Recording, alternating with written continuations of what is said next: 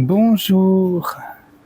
Aujourd'hui, je vais lire un extrait, un seul, d'un livre de Alan Watts, pas très connu, pas très facile à trouver peut-être, qui s'appelle Au-delà de l'esprit rationnel, afin de revenir à la logique des choses, dans la collection Savoirs anciens aux éditions Macro. Et donc j'ai choisi le chapitre La doctrine du vide.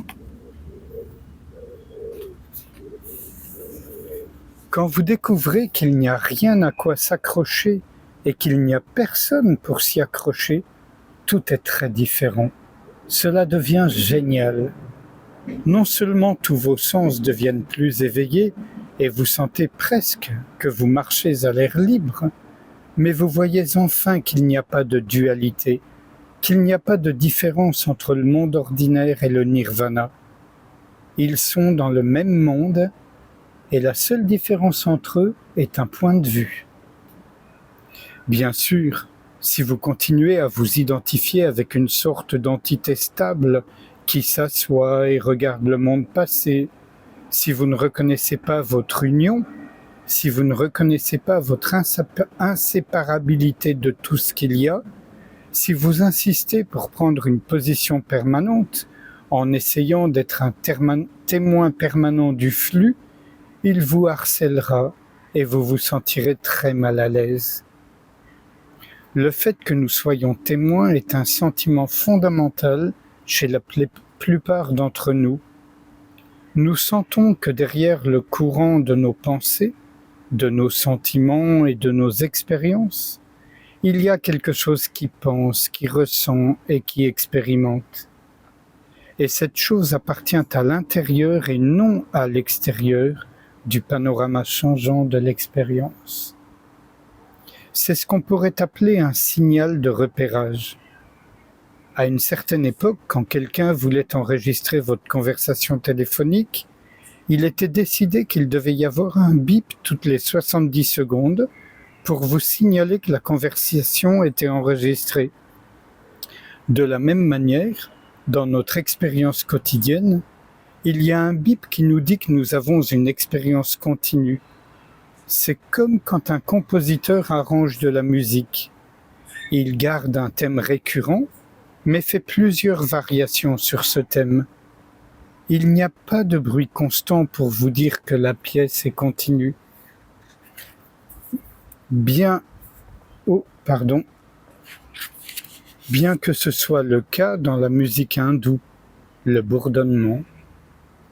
Et ce bourdonnement représente le moi éternel derrière toutes les formes changeantes de la nature, mais ce n'est qu'un symbole.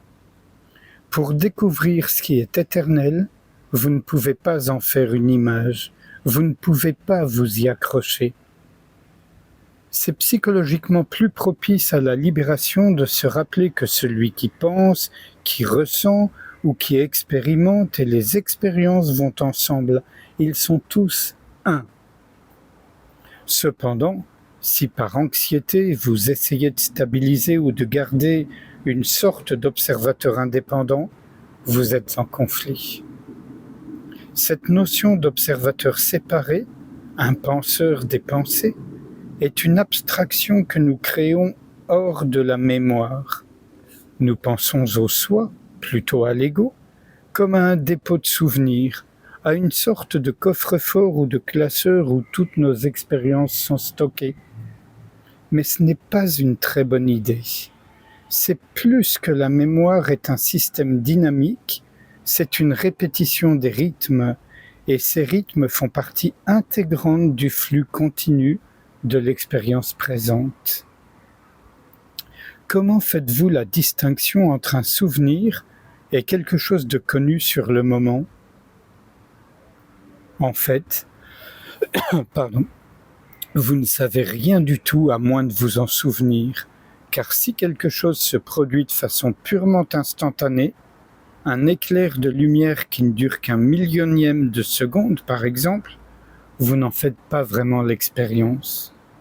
Cela ne vous donne pas assez de temps pour vous en souvenir, donc cela ne fait pas impression. Toutes les connaissances actuelles sont de la mémoire. Ouais. Et donc, je vais arrêter là,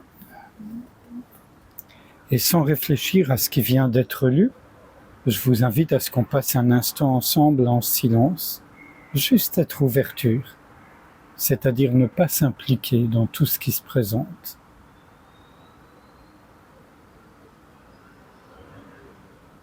Je tiens à rappeler une fois encore que ne pas s'impliquer ne signifie pas qu'il ne va pas y avoir moi, je, des pensées, etc.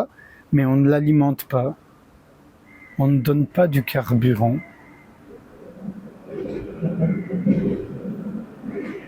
On n'essaie pas de s'en débarrasser ou de le modifier. Et en étant ainsi non impliqué, c'est l'espace infiniment ouvert qui se révèle et qui prend le relais, le silence, la toile de fond silencieuse.